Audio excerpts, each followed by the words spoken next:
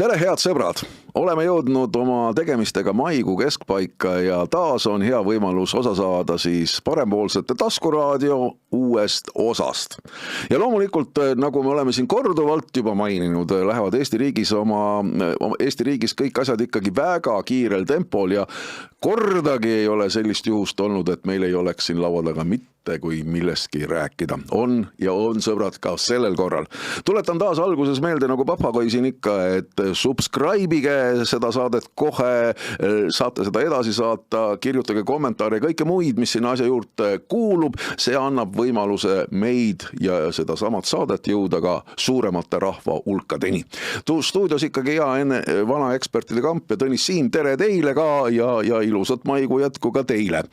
Aga alustame täna hommikust. Tegelikult me halvestame seda podcasti neljapäeviti ja neljapäeviti teadupärast on valitsuse selline nii-öelda suurem istumine koos, mille pealt siis ka teavitatakse üldsust, mida siis tehakse.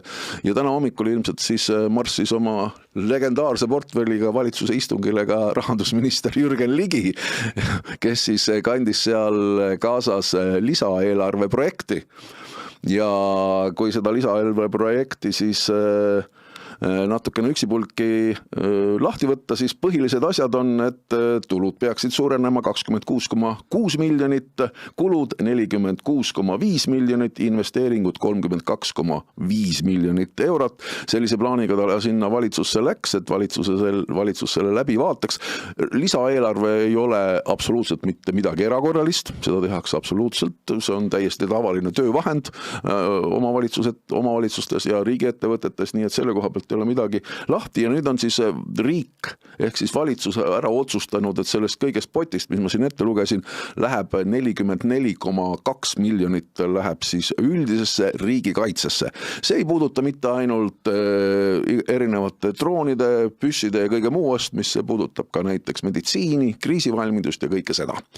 Härrased, kuidas siis tundub, et läheb ikkagi seda teed edasi, et mitte kuidagi ei paista sealt sellest välja, et me oleksime tahtnud minna seda teed, et me oma kulutusi hakkaksime riigis vähendama. No Siim, alusta sina. Jah, ma ootan üle 2 aasta neid jõhkraid kärpeid. Ootan ja ma ei jõua ära oodata. Lubasite meile valitsus, lubasite meile jõhkraid kärpeid. Kus need on? Millal need tulevad? Karavan liigub täpselt samamoodi edasi. Et mis on siis nagu tunnuslik? Muidugi, kiidame, et raha läheb põhiliselt, seal natuke läheb kuskile mujale ka, ei saa aru täpselt kuhu veel, aga põhiliselt riigikaitsesse, kiidame õige otsus. Aga siis see tulude pool on vastas jälle peaaegu poole väiksem, eks ole, ka kulude pool. Ehk siis jälle kasvatatakse seda defitsiiti, ehk siis me teame, et see nagu võlgu elamine, et see tähendab nagu tuleviku maksukoormust inimestele ja see, mis täna võetakse võlgu, see on meie tuleviku maksukoormusele. Et kõik need märgid on, summad on palju väiksemad muidugi kui riigieelarves üldiselt, aga kõik märgid on ikka samad. Ikka kulutame rohkem kui teenime, kokku hoida mitte midagi, mitte kuskilt ei ole jälle midagi kokku võtta. Mitte kuskilt mitte midagi. Ja siis on, mis on ka väga udune, on tegelikult see tulude pool, mis sa ka ette lugesid, et selles ei ole veel lahti kirjutatud, katsume paremini aru saada siin järgmiste nädalate jooksul, et kuidagi väga uduselt ettevõtlustulud võidid riigil järsku sealt kuskilt juurde tulema, mis viitab sellele, et kuskilt riigile kuuluvast äriühingust pigistatakse natuke rohkem dividendi lihtsalt välja, aga ma praegu lihtsalt ütlen selle uudise pealt, et see on nii värske praegu, et mul ei näe neid materjale, aga ma ennustaks, et see on see ilmselt siis see allikas seal kuskil. No me mäletame suurepäraselt, kui eelmisel aasta lõpus riigieelarve vastu võeti, siis ju tegelikult oli seda pusimist ja arusaamist väga palju ja väga paljudel, siis isegi Riigikogu liikmed ei saanud aru, kus koha pealt need numbrid võetakse ja tulevad. Tõnis, millised muljed sinul on sellest esimesest või sellest uuest siis lisaeelarvest?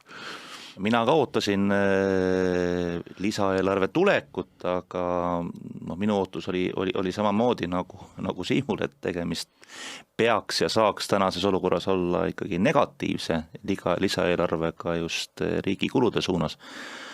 Aga ma saan aru, et neid riigieelarve kulude poole kärpimise mõtteid sisuliselt tõsiselt ei arutatud ja laual on siis hoopis positiivne eelarve. Jah, seda saadab jutt, et tegemist on peamiselt seal nii-öelda finantseerimistehingutest tulenevat ümbertõstmistega ja numbrid on jah, nii-öelda riigieelarve üldist mahtu arvestades üsna tagasihoidlikud õnneks, aga kogu selle lisaeelarve koostamise varjus on ju käimas ka ettevalmistused juba järgmise aasta riigieelarve koostamiseks, et vaatame korra ettevaatavalt kalendrisse, et sügisel on meid ootamas kohalikud valimised, ehk siis järgmise 2026. aasta riigieelarve nii-öelda koostamine ja arutelud hakkavad käima samal ajal kohaliku omavalitsuse volikogude valimise kampaaniaga. Ja näha on siin, et ametiühingud juba rivistuvad ministeeriumite ukse taha ja lippude alla nii-öelda palgasoovidega ja ka poliitikud siis nii valitsuserakondadest kui kindlasti ka paljudest opositsioonierakondadest rivistuvad ka mikrofonide ette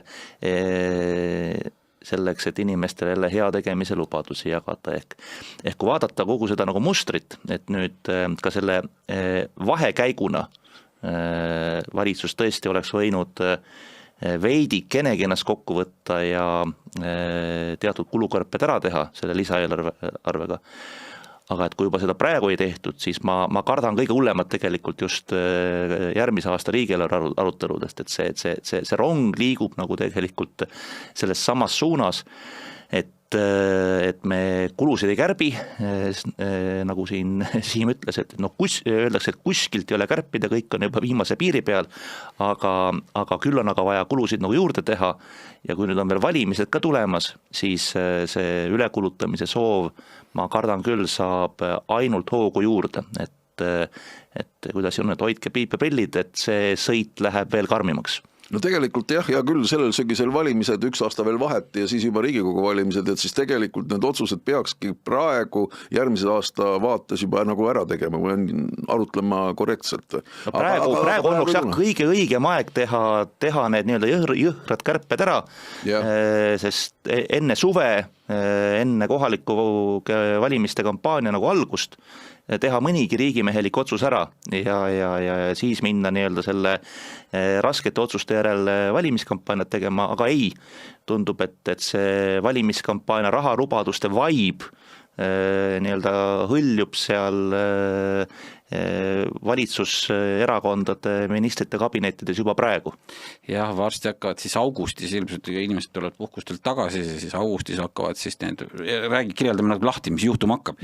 Tulevad need erinevad survegrupid ka, võtavad ennast kokku, kes kõik riigipalgaliste rühmad on ja siis need hakkavad siis need poliitikutele korraldama neid debatte nii-öelda ülekuulamisi. Palju siis teie meile lubate ja palju teie meile lubate ja kui te lubate meile liiga vähe, siis me teeme teile läbi ja siis hakatakse korraldama selliseid enampakkumisi ja siis on selge, vaadates kui praegu valitsuserakonnad ei suuda midagi kärpida, ega siis nad panevad samamoodi edasi, siis läheb jah, selles mõttes Tõnisega nõus, et see läheb ainult kohalikud valimised, siis tulevad Riigikogu valimised ja nüüd ongi see tsükkel sees ja et selles mõttes see pilt on nagu väga morn, et kuskilt ei ole nagu loota, et see teine mõõde on ju see, et visati sotsid valitsusest välja, tehti kõiges süüdi, öeldi, et me ei saanud mõistlikult valitseda, sellepärast sotsid ei lasknud, on ju. Nüüd on sotsid välja visatud, et kes siis nüüd ei lase? Ma küsin, kes nüüd ei lase teil valitseda? Kes nüüd ei lase teil vajalikke otsuseid teha?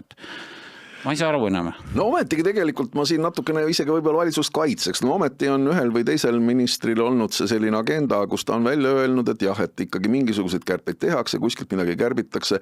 Nüüd, mis viimased uudised räägivad ju seda, et meie head lõunanaabrid lätlased on otsustanud lausa $1 miljard laenu võtta, see on ka jälle kindlasti meie poliitikutele selline suur hea võimalus. Näed, naabrid tegid, saavad küll, läheb paremaks, meie peame ka nii tegema.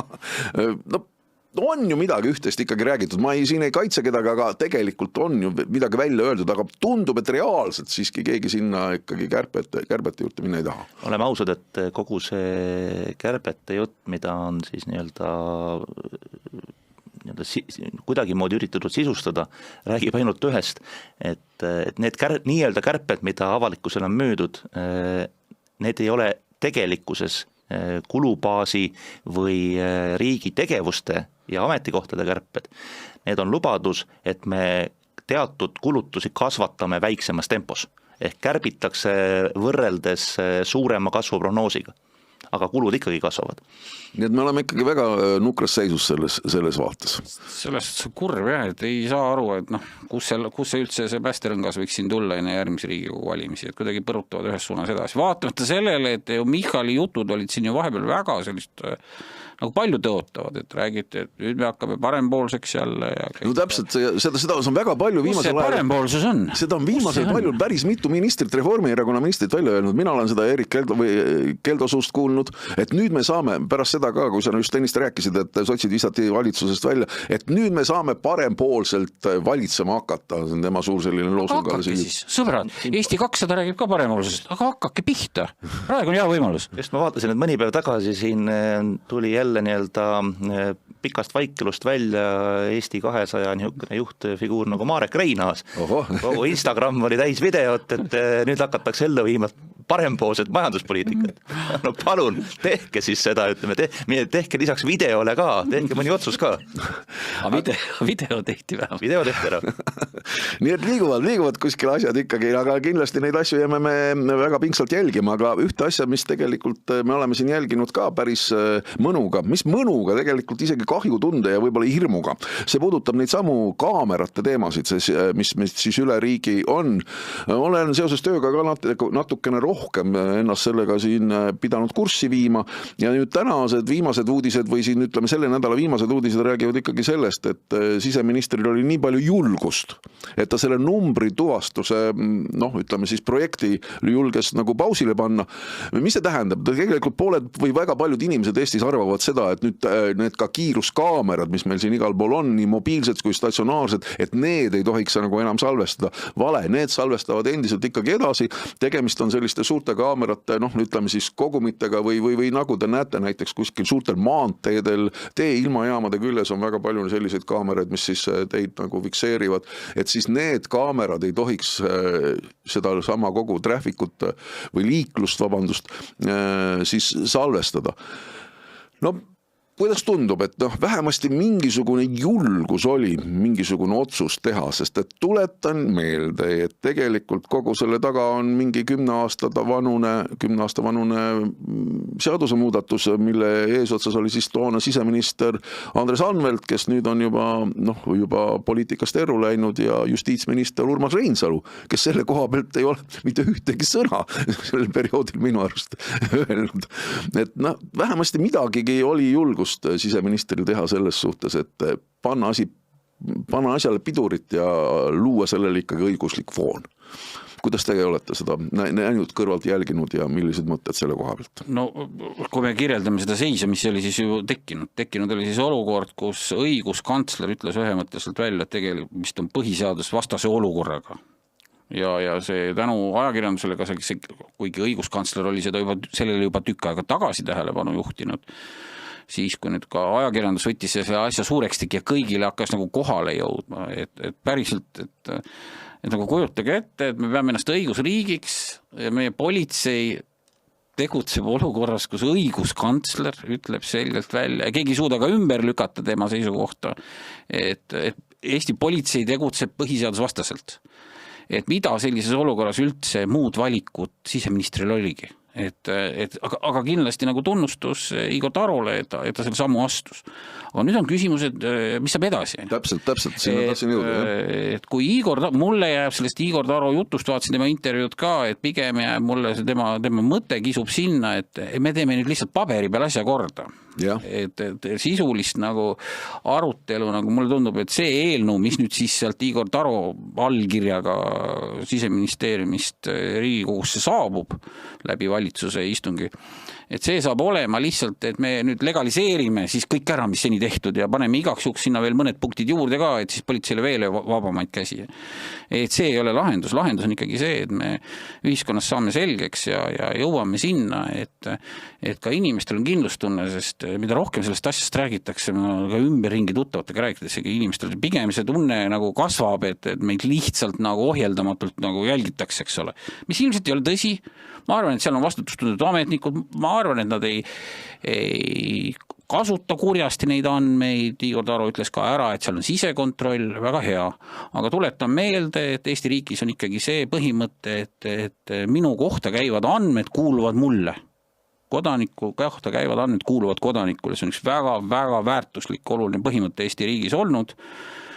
Ja nii kui ma saan aru, et sisekontroll saab kontrollida, milline politseinik on minu autonumbriselt läbi lasknud, aga mul peab ka see võimalus olema. Ja mida ma tahaks, et see politseijuht, kõik on nagu põõsas kuidagi. Et ma ei saa aru, miks politsei pealik Beltšev ei tule pressikonverentsile või saada pressiteadet. Vaadake, armsad kodanikud, meil käib see asi nii, meil on nii palju, tähtajad on sellised, nii kaua võib seal vaadata saab, ma ei tea, nii suur hulk inimesi, sisekontroll jälgib seda, keegi sellest ei räägi midagi, see on kõik nagu kuidagi häbenetakse kogu aeg ja see järjest tekitab seda ebakindlust nagu juurde. Saatke mulle see link, kus ma saan vaadata, kes on minu autonumbrit sisestanud ja et ma saaksin küsida, mis põhjusel ta seda tegi. Mulle sellest täitsa piisaks. No näiteks nii palju fakte veel juurde siia, et märtsikuuses tehti sellest andmebaasist 4000 päringut. Reeglina on niimoodi, et juhul kui on kriminaalkahtlustus, ehk siis on põhjust alustada kriminaalasi, siis peab selle ära sanktsioneerima kohus. Ja siis selle alusel võid sa sellist toimingut teha. Ja siis minu retooriline küsimus ongi, et kui palju siis nendest 4000 päringust nagu päädis kriminaalmenetlusega? No, sorry, see number praktiliselt nagu siis olematu, ehk siis tehti nagu päringuid ja selliseid nii-öelda klikke sinna peale asjata, ehk siis sinu autonumbrit klikiti, vaadati, ei ikka ei olnud nagu midagi vaja ja siis see nagu nüüd piltlikult unustati ära, aga sinuga on ikkagi tegeletud, ehk saan mina sellest niimoodi aru, kui ütleme seda siis politsei seisukohta siin natukene refereerida. Ja sellest ma ütlen, mul ei olekski sellega probleemi, kui ma saaks näha, kes on vaadanud ja sa saaksid ise ka nagu oma kohta päringuid esitada, juhul kui see peaks vajalik olema. No mida politsei nagu kardab, et eelkõige seda, et sellega läheb nüüd aega.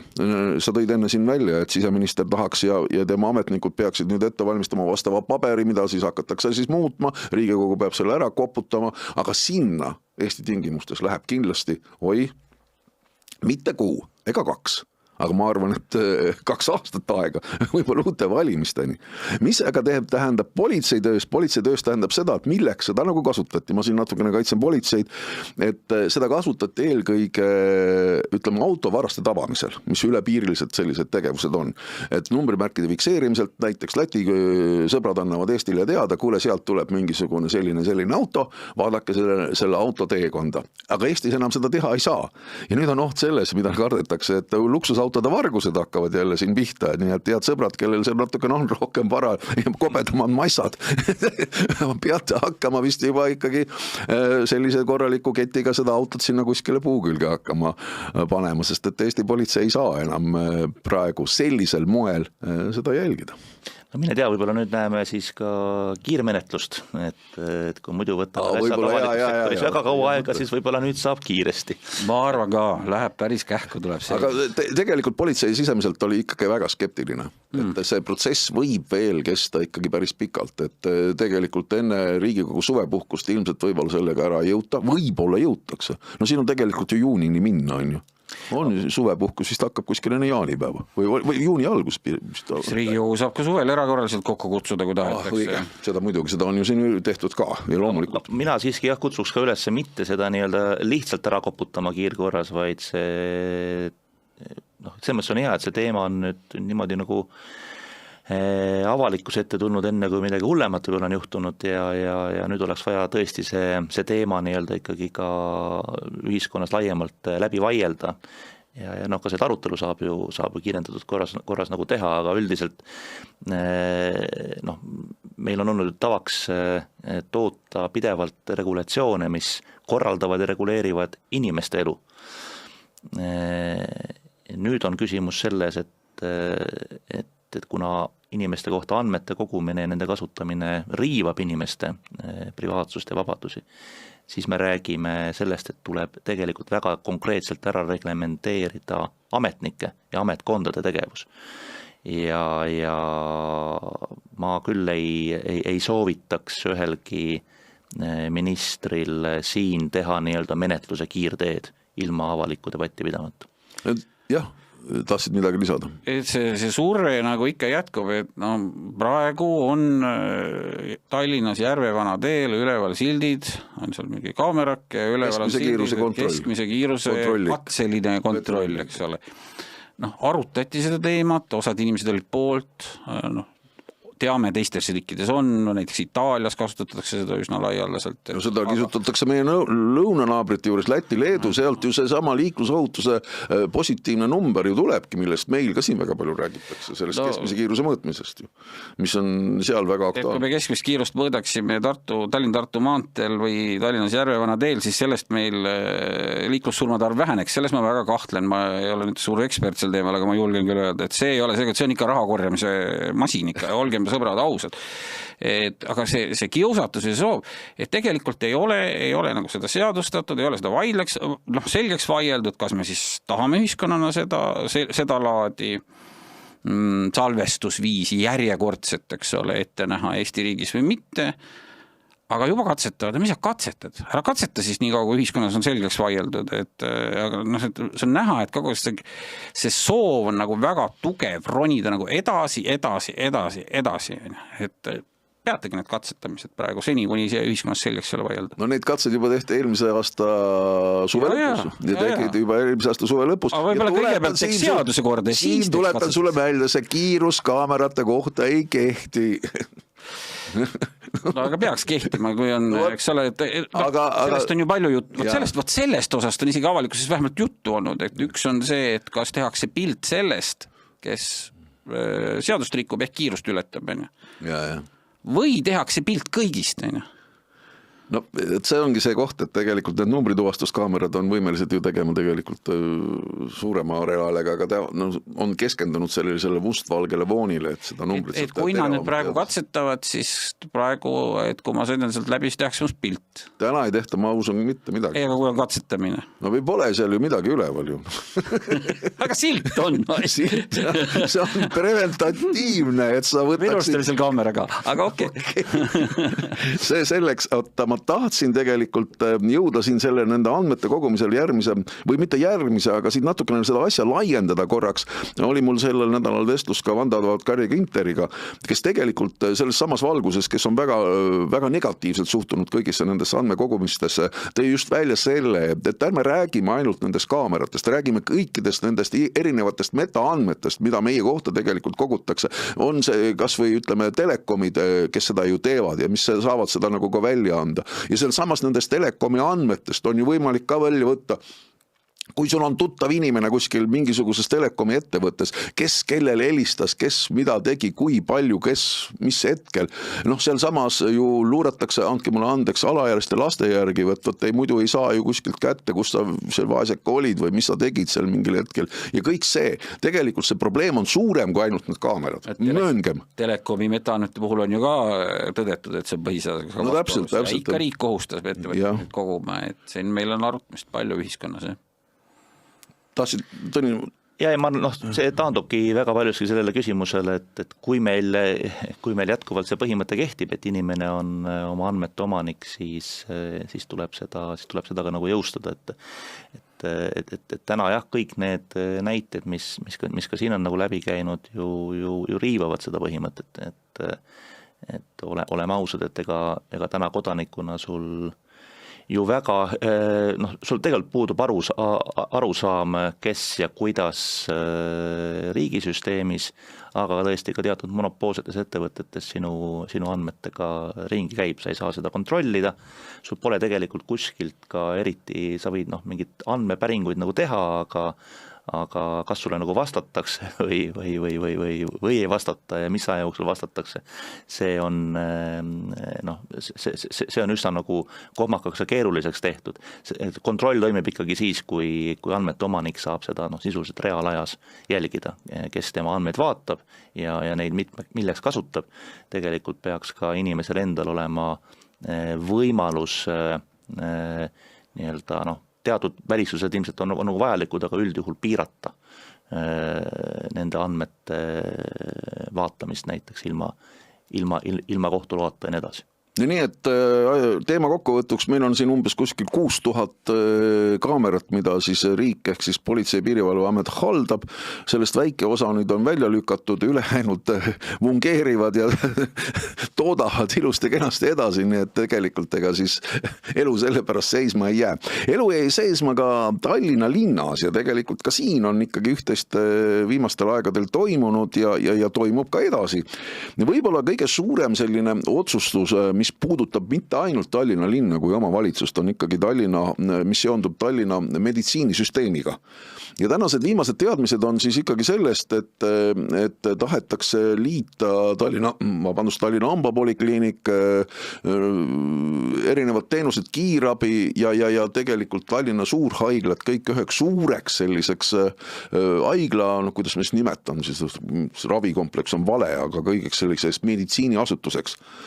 Mis oli väga aktuaalne, nii palju kui tean, siis vähemasti Tallinna hambapolikliiniku müük oli praktiliselt juba ära koputatud Tallinna linna poolt. Juba olid kosilased ukse vahel ja rahapakid juba piilusid Ossinovski kabineti seal eelarveridadele juurde tulemas, ja aga viimasel hetkel Tallinna linn siiski sellest tehingust loobus, mis põhjustel ei tea. Siin on erinevaid versioone olnud üleval, et teatud inimesed linnavalitsusest ikkagi olid selle vastu. Ja lõpuks ikkagi siis jõuti selleni välja, et tuleb midagi suurt ja ilusat korda saata. Siin on kahe otsaga jälle asi, et loomulikult on Tallinna selline suur meditsiinisüsteem ehk kogu Tallinna meditsiinisüsteem on suur osa Eesti üldisest eriarstisüsteemist. Me ei saa siin vaielda vastu, see nii on. Ja ütleme, riigi mastaabis on see väga oluline tegelikult, et see Tallinnas oleks ka väga hästi ja korralikult organiseeritud, aga nüüd on ikkagi väga palju selliseid vastu- ja poolthääli sellele.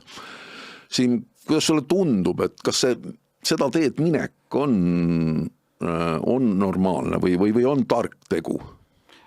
Ma arvan, et see juriidilised kehad seal kokku koondatakse, et see ühine selline haldamine läbi ühe äriühingu toimub, see on mõistlik, eks igasugused infosüsteemid muutud. Miks vanasti olid kõik asutused eraldi, oli see, et sellist infotehnoloogilisi võimekusi lihtsalt ju olnud, et nüüd need on olemas ja miks mitte seda kõike koos ja koordineerida, et see mõistlik, aga seal kuskil kumab jälle siis mingi uue maja ehitamine, eks ole. No täpselt see uue maja ehitamine on ikka endiselt ju aktuaalne. See on huvitav, et see on Eestis, meil on kõikidele probleemidele lõpuks on rahenduseks on kinnisvara, et kui kultuuri valdkonnas meil on vaja Eesti kultuuri jaoks teha, siis ehitame kuskile maja, kas kuskile keset Tartu linna, ehitame jälle mingi maja.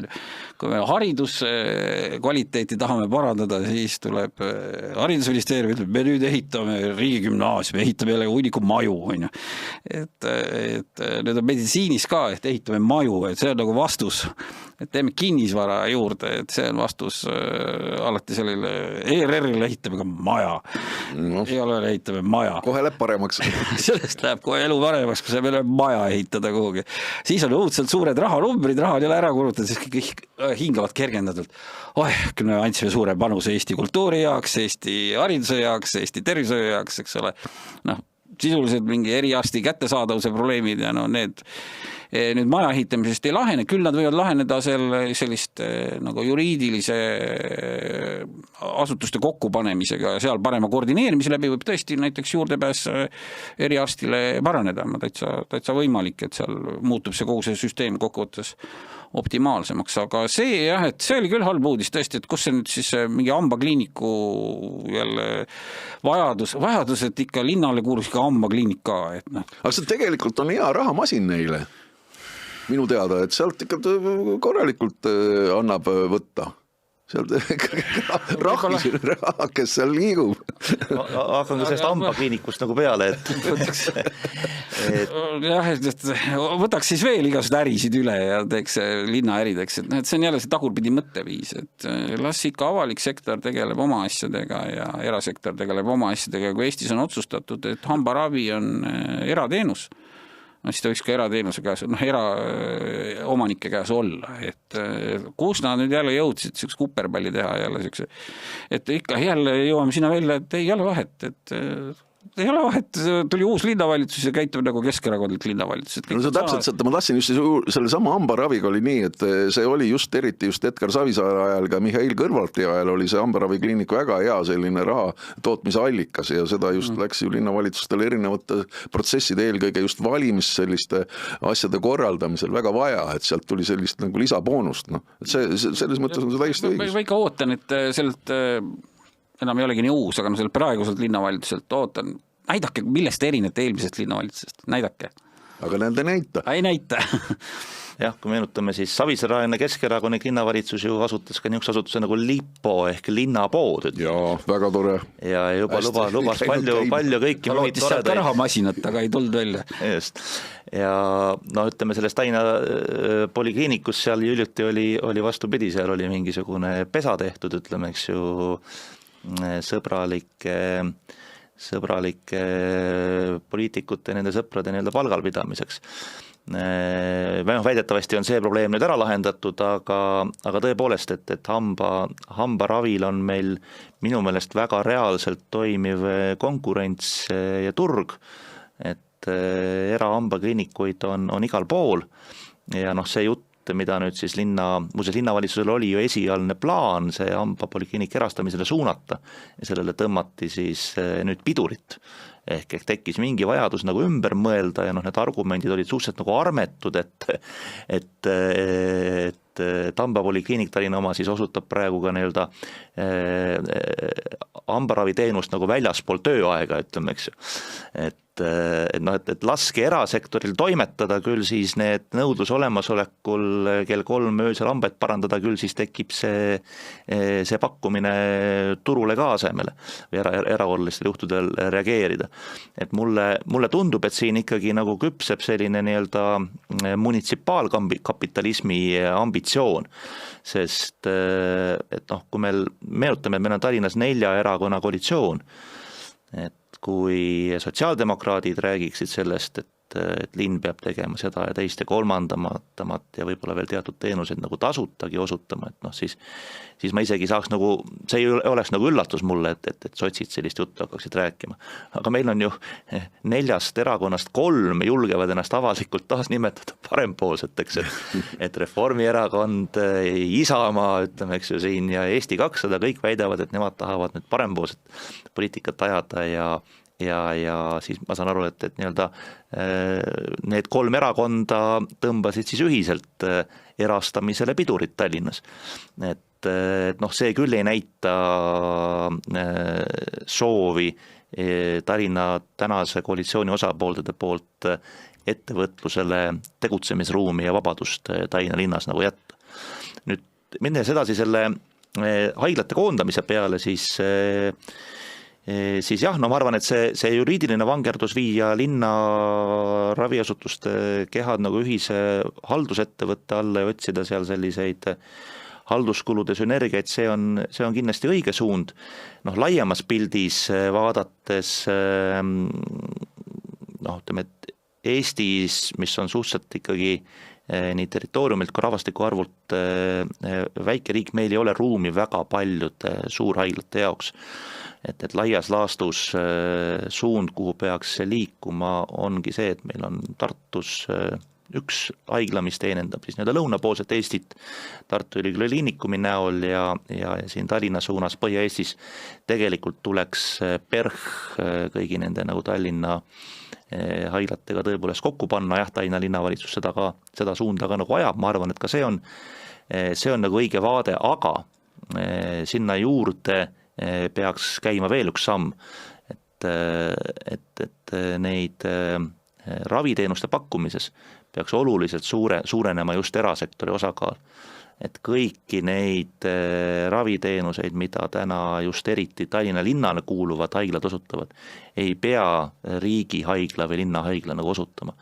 Et siin viimasel võib-olla 10-15 aasta jooksul on olnud pigem nagu vastupidine suund, et avalikule sektorile kuuluvad haiglad on tegelikult üritanud suruda erakonkurentsi nagu välja, seda nii raviraha suunamise teel läbi haigekassa, aga ka otseselt on ju võetud üle erakliinikuid, omandatud nii-öelda riigile ja munitsipaalidele kuuluvad haiglad on teinud ülesostmisi, ostes eraettevõtjaid turult välja. Et see on tegelikult absurdne suund, et pigem mina soovitaks Tallinnas liikuda sellest, siis saab võib-olla selle maja nii-öelda ka väiksemaks, ütleme, eks. Et jah, ma ei ole sellele vastu, et Tallinnas oleks üks suur haigla, mis siis tekib nii-öelda riigile kuuluva PERH ja linnahaiglate baasil, aga selle käigus tuleks mõelda sellele, kuidas osa raviteenust osutamine anda üle erasektorile, et tekitada rohkem konkurentsi, et see lõppkokkuvõttes muudab selle juurdepääsu raviteenustele paremaks, viib ka hindasid alla, aitab piirata seda nii-öelda võidurelvastumist, mis riigile kuuluvate haiglate vahel on käinud ja nii edasi.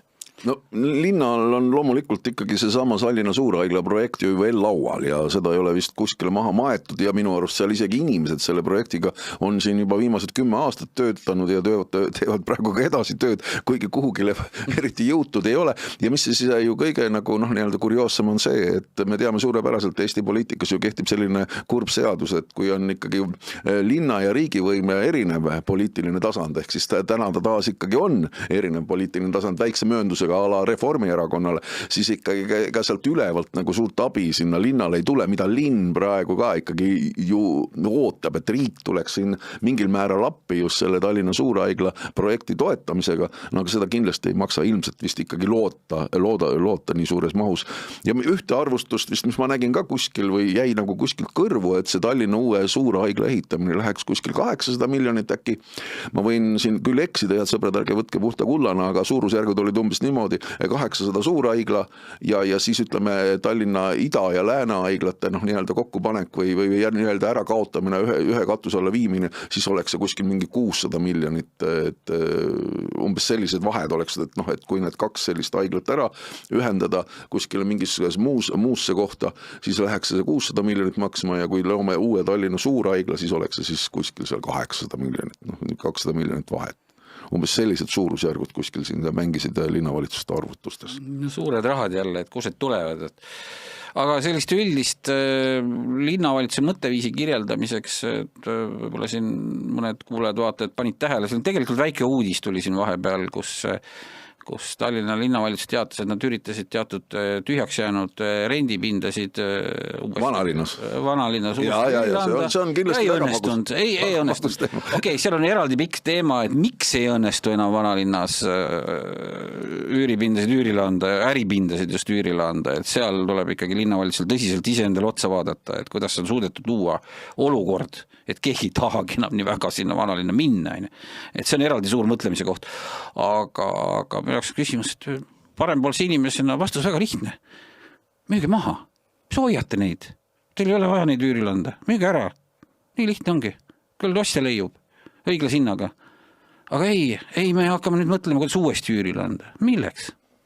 Mis te hoiate neid pindasid? Asi isegi veel hullem, et ma saan, et Reformierakonna hoiab hetkel nagu kesklinna vanema ametikohta, seal on Reformierakonna tubli poliitik Sander Andla ja tema kommentaare lugedes sealt poolt tundub, et Reformierakonnal on ikkagi täiesti nii-öelda nagu mõte on täiesti nagu lappama läinud, ütleme nende võrreldes nende mõtetega, mis kunagi Reformierakonna võib-olla asutamisel saadi kirja panda, et Sander Andla vist ütles kuidagi nii, et samal ajal tuli siis ka linna revisjonikomisjonilt nagu ülevaade, et linnas on nii-öelda segane pilt, ütleme, kogu linnavara valitsemisega ja Sander Randla kommentaar oli umbes selline, et nüüd peabki arutama, et mis oleks õigem viis seda linnale kuuluvat kinnisvara hallata, et kas tuleks teha riigi kinnisvara eeskujul üks linnale kuuluv aktsiaselts või jätta ta siis nii-öelda linnavaraameti või kellegi teise haldusalasse. Ei, Reformierakond, ei Sander Randla, õige asi on erastada. Erastage võimalikult palju ära seda kinnisvara riigile, jätke linna kätte ainult mõned üksikud tegelikult, kas siis sümbolväärtused või tõesti mõned raekoda ärge müüge. Riigi suures tulinas läheb see ka. Riigi kinnisvara on väga halb näide sellest, kuidas riik sekkub äri kinnisvara turule, lörtsib seda, ei ole mõtet seda halba praktikat küll Tallinna linna kopeerima hakata. No tegelikult siit see ju, tabasin ennast selliselt mõttelt, ma ei tea, mis kinnisvarast jutt käib. Võib-olla on oht selles, et seal linnal on olnud seal mingisugusel rendil pinnal, et mingisugused kohvikud, asjad, midagi muud sellist, mis on nagu turismile atraktiivne. Juhul, kui nad panevad selle müüki, siis ma ei saa olla ju kindel, et selline tegevus seal jätkuks.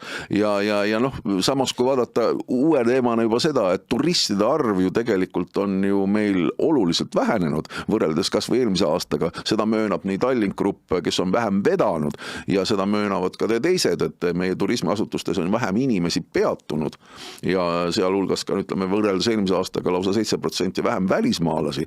No siis on see võib-olla ka see natukene üks mõttekoht. Vaata, kui keegi ei taha kohvikut teha endale vanalinnas, siis sellel on mingid põhjused, eks ole. Ja suuresti on seal linnavalitsuse enda käitumine, eks ole, et kui sa üritad teda igatepidi piirata, kehtestad talle mingid öise alkoholimüügi piiranguid, igast muid piiranguid, siis ei tahagi keegi sulle tulla. Et enda jaoks peab ära defineerima, mida me siis tahame. Et kas me tahame, et Tallinna vanalinn muutuks magalaks nagu Lasnamäe, et kus õhtul midagi ei toimu, või me tahame, et oleks Tallinnas nagu mõni koht, kus ka elu käiks. Ja siin tuleb kohe vanalinna elanik, ütleb, et oi, aga mina tahan rahu ja mina tahan und. Aga noh, see ongi see, et see tüüpiline eestlase soov, et tahaks elada keset linna mere ääres ja et oleks ainult puud ja linnulaud ümberringi, eks ole, et kõike seda tahaks korraga, kõike ei saa. No, et kui sa tahad vaikust, siis sa elad ühes kohas ja kui sa tahad olla melu keskel, siis elad teises kohas. Need valikud tuleb inimestel teha ja linnavalitsuse ülesanne on see ka inimestele selgeks teha paraku, et noh, nii on. Ja noh, kõik need, mis me oleme siin ka arutanud, need sammud, et piiravad alkoholimüüki kohvikus või kõrtsis sees või baaris sees ja siis inimesed istuvad väljas, sellepärast et sees juua ei saa, siis joovad tänaval. Siis see on siis see, millega lahendatakse neid probleeme, eks ole meil. Kokkuvõttes on ju kõik see suunatud sinna, et kõik need sammud üksteise järel, see liikluse piiramine, kõik see edasi viib ju tegelikult sinna, et see elu sureb vanalinnas, ütleme see ärielu sureb vanalinnas välja, siis ei õnnesti, kui neid pindasid üürile anda. Ükskõik, mis, seal ei olegi küsimus selles, et mida omanik teha tahab teha seda, mis talle võimaldatakse. No vanalinn peab elama minu meelest. Peab olema see koht, kus... Ja, et seal peab olema elu. Mille peale see, kui sa räägid sellest turismist, mida ta siia vaatama tuleb siia Tallinnasse? Ja on kvaliteetturistid, olen nõus, külastavad ERM-i, külastavad Meremuuseumi, nii edasi. Aga paraku, olgem ausad, see on suhteliselt väike protsent nendest turistidest. No see vaidlus on olnud tegelikult igipõline. Mul tuleb oma karjäärist umbes 20 aasta tagune selline vaidlus meelde kunagi see legendaarse Tallinna linna liikluskorraldaja Mati Songissepaga, kes julges avalikult välja öelda sellise asja talvise lumekoristuse pealt. Siis oli veel selline kord, et paaritutel kuupäevadel lükati ühed tänavad ja paaris kuupäevadel teised tänavad ja siis pandi sinna neid selliseid märke üles, et nüüd täna on siin parkimine, peatumine keelatud, siin on lume lükkamine, siis see kesk- või vanalinna elanikena vastuseis oli nii tugev sellele, et mida te siin kolistate, teete, lärmate, lükkate siin lund, jamate, siis selle peale legendaarne Mati Songissepp ütles sedised, et kui teil siin elada ei meeldi, minge kolige Tiskresse, mida te tulete siia vanalinna elama ja sellest tuli siuke skandaal. Me oleme seda asja tegelikult sellel samal teemal, tahtsin sinna jõuda, rääkinud 20 aastat ja ikka on sama olukord. Ma saan nendest inimestest ka aru loomulikult, kes seal elavad, aga mingisugune konsensus tuleb leida, sest see Tallinna vanalinn ongi praegu juba niigi kuidagi välja surnud või minge käige tööpäeva õhtul kuskil Pikal tänaval, eks ole, vaadake, mis seal toimub, ei toimugi midagi. Ei toimu, jah. Ega vanalinnas üldse linna keskel, kui sa omad seal kinnisvara, siis sellel on päris suur nagu väärtus ja keegi ei sunni sind seal elama, et et kui sa tahad seda, et tõesti muidu oleks rahu ja vaikus, aga et restoran oleks lahti siis, kui mina tahan, et noh, siis tee endale restoran, aga majanduses see asi toimib siiski paraku nagu teistpidi ja kui me räägime jah, nendest turisminumbritest, siis noh, need kindlasti rõõmustavad ei ole ja noh, laias laastus ongi ju nii, et eks see Eesti turismiprofiil, mille üle me oleme võib-olla siin paarkümmend aastat väga rahul olnud ja selle peale on õnnestunud nagu palju sõita, et see on kindlasti nagu muutumas, samal ajal turism ja teenindussektor tervikuna on päris suured tööandjad ja päris suured panustajad meie majandusse tervikuna, ehk kui seal nüüd, noh need numbrid näitavad tegelikult ju seda, et Eesti ja ka Tallinn sihtkohana on oma atraktiivsust ja konkurentsivõimet kaotamas. Meil tasub nagu päris hästi nüüd ikkagi mõelda selle peale, et miks see nii on. Et noh, kindlasti on siin selline laiem makrotaust ka, et sellises globaalses turismis koroona-aastad olid ju väga suuri häireid tekitanud ja peale seda on ka Euroopas toimunud kiire nii-öelda reisimise taastumine. Võitjad on sellest olnud peamiselt Lõuna-Euroopa, ka teatud Kesk-Euroopa riigid, siin Põhja-Euroopas on seda kidumist olnud rohkem ja tõepoolest, ütleme, eks ju, Balti riigid, siin ka Soome on võib-olla nagu kõige aeglasemad taastujad olnud globaalse pildi mõistes. Meie nii-öelda turistide pilti vaadates on pilt muidugi veelgi keerulisem, et meie nii-öelda suurim sihtriik, kus turistid meile tulevad, on olnud Soome. Soomes on endas ja teisel kohal siis Läti. Soome majandus on ka suhteliselt kesises olukorras, inimesed jälgivad oma kulutusi palju rohkem ja Eesti ja Tallinn ei ole enam odav sihtkoht, ilmselt ei saa ka selleks. Ehk küsimus on nagu selles, et see nii-öelda Eesti turismilugu või see nii-öelda põhjus, miks siia tulla, see ju ei ole enam see, et siin on võimalik väga odavalt nagu aega leida. Samas kogu meie turismi infrastruktuur ei ole väga ümber kohanenud ja mulle tundub, et ka siin nii riik kui Tallinna linn päris hästi ei saa nagu aru, kuhu suunas peaks liikuma, et võtame Tallinna vanalinnast me nagu rääkisime, et selge on see, et kui mõtleme enda peale, et kui te kuskile puhkusereisile lähete näiteks linnapuhkusele või ka veidi pikemalt mõnda riiki külastama, siis kindlasti on neid, kes tahavad reisi käigus teha mingisugust ühte teemat, et ta tahab läbi käia kõik muuseumid või tegeleda ainult nii-öelda loodusradadega. Enamus inimesi tahab just mitmekesisust ja sa tahad nii selle paigast aru saada, seda nii-öelda kultuurielamust saada, aga sa tahad tegelikult ka nagu meelelahutus, sa tahad otseses mõttes nagu pidu panna, sa tahad toiduelamust saada, sa tahad tõenäoliselt ka ostelda, ehk need asjad peavad kokku sobituma, et üks sihtkoht atraktiivne oleks. Ja siin ongi Eestil kindlasti vajakajäämised, paar näidet, et mis on võib-olla huvitav, et Eestisse tuli 2022 aasta Michelin guide, mis siis nagu hindab üle maailma paljudes kohtades restorane ja kindlasti nagu Eesti toidukultuur on viimastel aastatel väga tubli arengu läbi teinud. Huvitav fakt, mida ma arvan väga ei teata, et ma vaatasin, et nüüd on see Michelin guide jõudnud siin ka Lätti, Leetu, Soomes on ta olnud pikka aega. Ja. Restorane, mis igas riigis on jõudnud Michelini raamatusse, on nende 4 riigi võrdluses kõige rohkem just Eestis. Eestis on Michelin guide'is rohkem restorane kui näiteks Soomes. Väga huvitav, jah. Küll on näiteks nii Soomes kui Leedus rohkem tärniga restorane. Eestis on olnud 2 tärniga restorani alguses peale, vahepeal oli juurde tulnud, nüüd vaatame, võib-olla siin mõni kandidaat nagu on, aga see näitab tegelikult sellest, et selline tärniga restorani pidamine see nõuab lisaks sellisele heale kokakunstile ka investorit ja eeldab nagu seda, et kellelgi on nagu tahtmine ja julgus sellesse sektorisse investeerida. See on teenindussektor, see on väga tööjõumahukas, kõrgete kuludega nagu sektor ja ütleme nii, et see, et meil ei ole selliseid nii-öelda väga palju julgeid katsetajaid juurde tulnud, mõnes mõttes ongi nagu pilt sellest, et investeerimiskindlus sellesse sektorisse on hetkel siiski üsna madal. Kuidas turist Eestisse saab? Et kui me vaatame Tallinna lennujaama, siis tundub, et Tallinna lennujaam on rohkem panustanud siiamaani nagu odavlennufirmadele ja meilt läheb välja nagu charterlende, mis siis teenindavad nagu Eestist välja minevaid turiste, aga enamuse sihtkohtadega Euroopas ühendavad meid odavlennufirmad. Nii-öelda tavalennufirmad, mis siis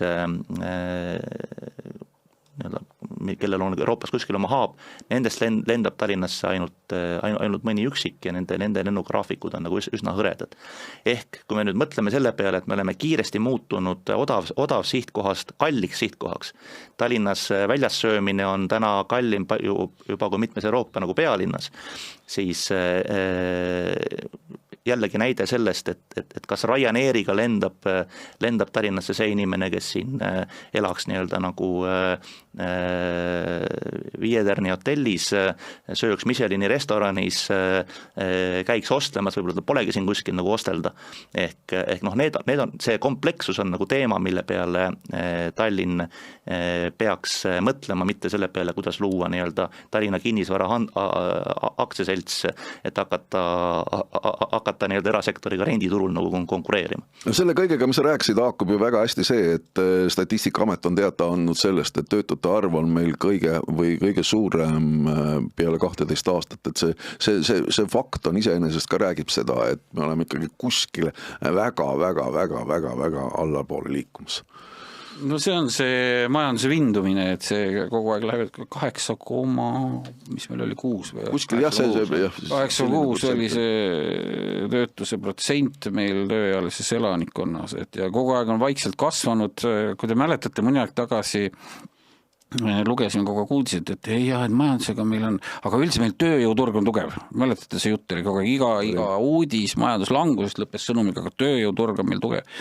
Võrdluseks ma ütlen, et USA-s on viimasel ajal olnud tööpuudus 4–4,2% kuskil seal, ühesõnaga poole vähem kui Eestis. Nad ka kuidagi ei ole rahul, räägivad, et töökohad tuleb. Ja see on eraldi teema, seal palju populismi lihtsalt, aga töökohad tuleb tagasi tuua.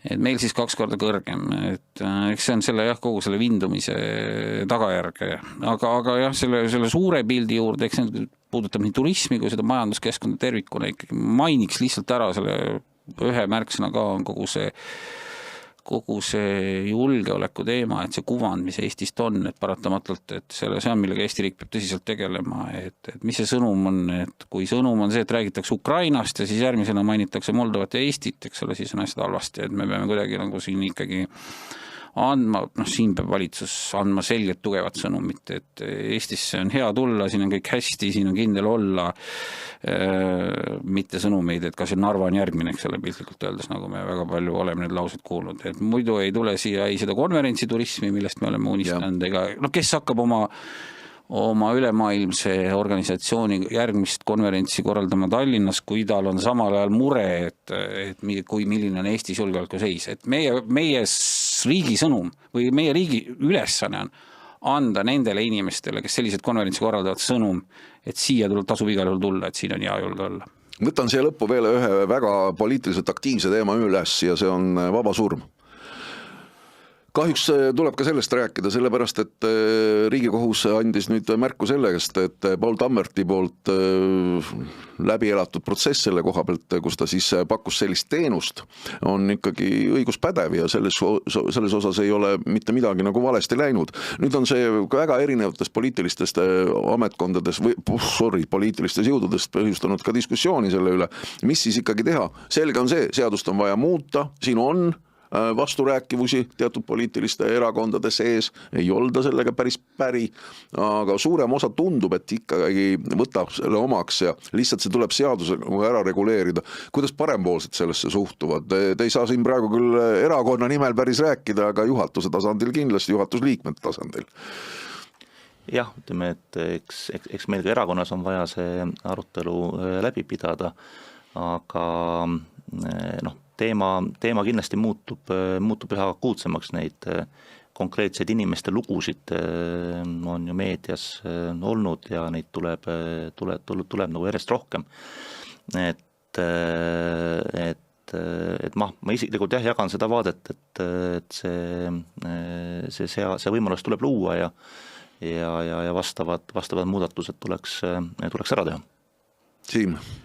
Ja muidugi, et kui inimene piinleb oma valude käes ja tahab sellest vabaneda, siis miks me seda siis talle keelame, et mingid, mis need kaalutlused saavad olla, eks ole, lihtsalt religioossed kaalutlused võivad olla, aga religioossed, et peaksid ikkagi, religioossed kaalutlused peaksid piirduma religioossete inimestega, eks ole, mitte nii, et religioossed inimesed kehtestavad reegleid mitte religioossetele inimestele, et sealt võiks see piir minna, et igaüks saab nagu ise enda saatuse üle otsustada, loomulikult tuleb välistada kõik võimalused seda kuidagi kuritarvitada, öelda, et inimene tahtis, kui tegelikult ei tahtnud, see kõik peab olema väga kontrollitud ja aga neid eeskujusid ju teistes riikides on, et mida saab seda seadustandlust eeskujuks võtta, et ma oleksin siin ka kindlasti katsuks selle ära seadustada ja need võimalused inimestel leida. Et üks asi veel, mis on õigesti täheldatud, olen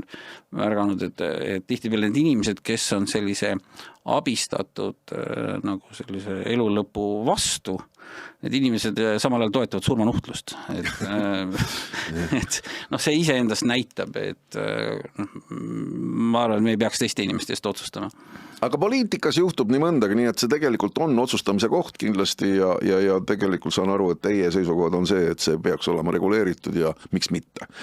Aga poliitikas juhtub nii mõndagi ja nüüd on tegelikult siin ka nädalapäevad tagasi puhkenud titaanide heitlus Keskerakonnas, kus siis endine juhtfiguur Jüri Ratas ühelt poolt ja praegune juhtfiguur Mihhail Kõlvart on siis sattunud suurde vastuollu. Eelkõige see tähendab see seda, et Mihhail Kõlvart on siis andnud Keskerakonna nimel Jüri Ratase inkassofirma menetleda, et Jüri ei taha raha ära maksta. Jüri ka kulutas partei rahasid valimiskampaaniade käigus, seal vist oli mingi 5000 eurot või kuidagi sellised summad üleval ja nüüd näed, Jüri ei taha väljagi teha sellest, et käib, mängib kuskil Brüsselis keksu seal ja teeb ilusaid Instagrami videosid ja naudib kevadet ja räägib sellest, kuidas Brüsselis elu käib ja mida ta toredat seal teeb, aga näed, raha on võlgu, aga Keskerakonnal näed raha ju vaja. Kuigi jah, nad on oma tulubaasi selle annetustega korralikult siin suurendanud päris kiiresti, aga siiski on ju 5000 eurot, see on ju korralik kapital kellegile omavalitsuste valimiste eel.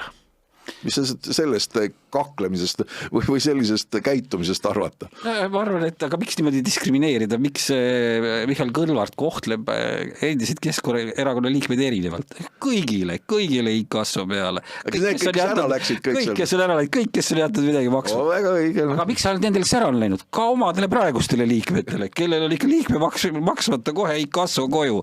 Et miks ta piirdub ainult nendega, kes ära on läinud? See on, ma arvan, reaalsus seal taga on, et tundub, et Mihhail Kõlvartil on kindlasti väga tugevaid iseloomuomadusi, et olla hea tugev poliitik, aga tal aga mõningaid takistusi ja ma arvan, et tundub, et see mingi kättemaksu iha või mingi selline isiklik solvumine ja kibestumine, et see ei ole üldiselt poliitikas hea nõuandja, et see praegu näeb väga sedamoodi välja. No eks Keskerakonnast tuleb selles mõttes aru saada, et neil on ju raha kõvasti puudu, neil on suured trahvid maksta ja nende elu kindlasti kerge ei ole, muuseas selline inkassopore pöördumine ei ole vist esmakordne, minu teada mingid aastad tagasi erakond Rohelised pöördus inkassopoole ja andis kõik oma liikmemaksuvõlglased inkassofirmale üle. Noh, see on juba aus tegevus. See ongi juba nagu laiapõhjaline. See on hea julgustav sõnum, et astu roheliste liikmeks. Aga iseasi huvitav, et jah, kuidas nüüd see Jüril see suurem summa kokku arvutati.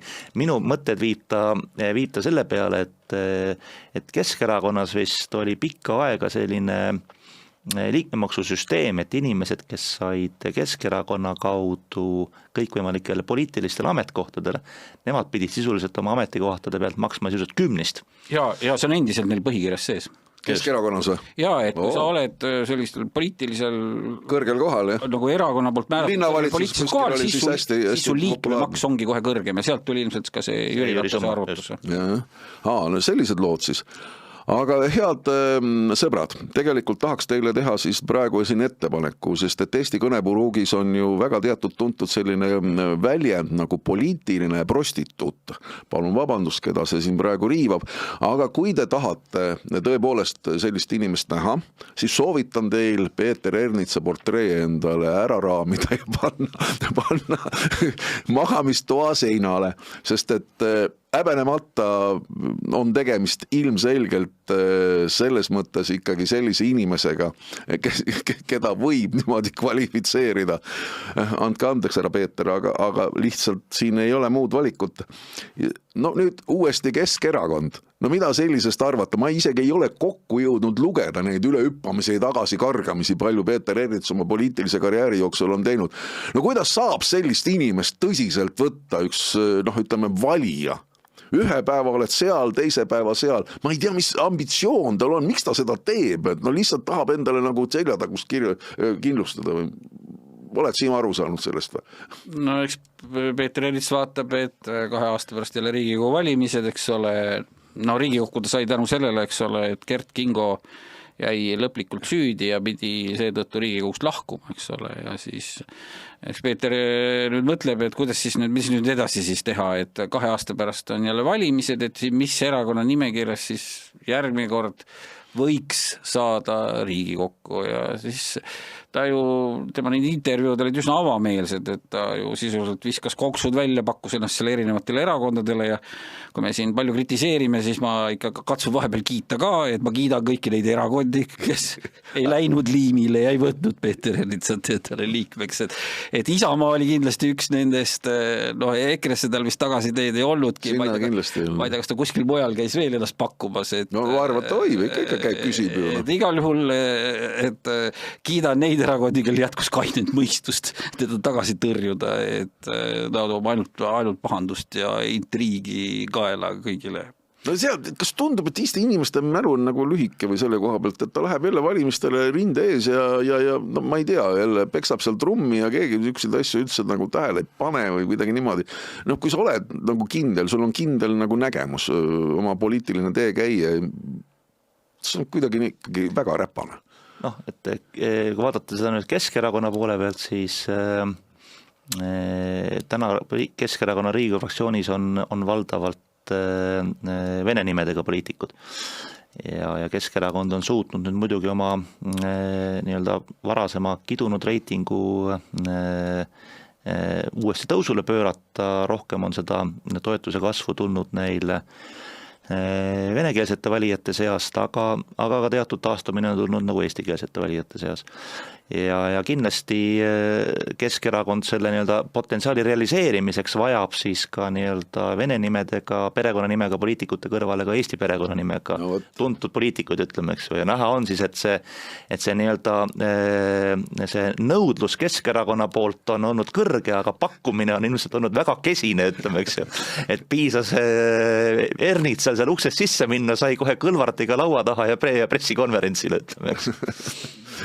Ja selle mina imestan, et mille pealt see Keskerakonna toetus Eesti valijatel üldse praegu kasvab, et nad on ju võtnud selliselt väga sellise venemeelse positsiooni siin viimastes poliitilistes valikutes, et ma nagu imestan. See on tõesti, see on muljetavaldavalt kõrge. Kust need Eesti valijad sinna tulevad, et kaua aegse poliitikavaatleline, ma ei saa sellest aru. aga nii, me ei saa sellest praegu aru, aga meil on aeg kindlasti juba järgmisel korral tagasi tulla ja võib-olla siis me oleme selles suhtes ka targemad ja kui teil head kuulajad-vaatajad on midagi meile kirjutada, rääkida, siis palun loomulikult, mis toimub, et parempoolsed.ee on see meili aadress. Mida ma veel tahaks soovitada seda, sest et kui te käite siin praegu kevadisel Eestimaal ringi, on erinevaid palju laatasid, näiteks nädalavahetusel ka Türi lillelaat tulemas, kus ka parempoolsed on oma telgiga väljas ja kui teil on küsimusi selle koha pealt, milline on parempoolsete nägemus, seisukohad, siis loomulikult astuge sinna telkidesse ligi. Neid telke on selle kevade jooksul väljas väga erinevates kohtades, väga erinevatel laatadel, nii et selles mõttes tagasiside on igati olnud positiivne, nii palju kui minu kõrvu on see ulatunud. Aga meie tuleme tagasi juba 2 nädala pärast, seniks olge terved ja nautige kevadet. Aitäh!